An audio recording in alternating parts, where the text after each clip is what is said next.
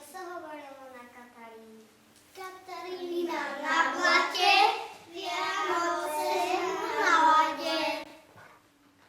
Tety, a čo sa nemohlo robiť na Katarínu?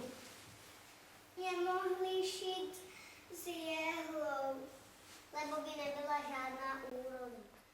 robilo sa ešte niečo na Katarínu. Na Katarínu sa tancovalo a bol posledný tanec.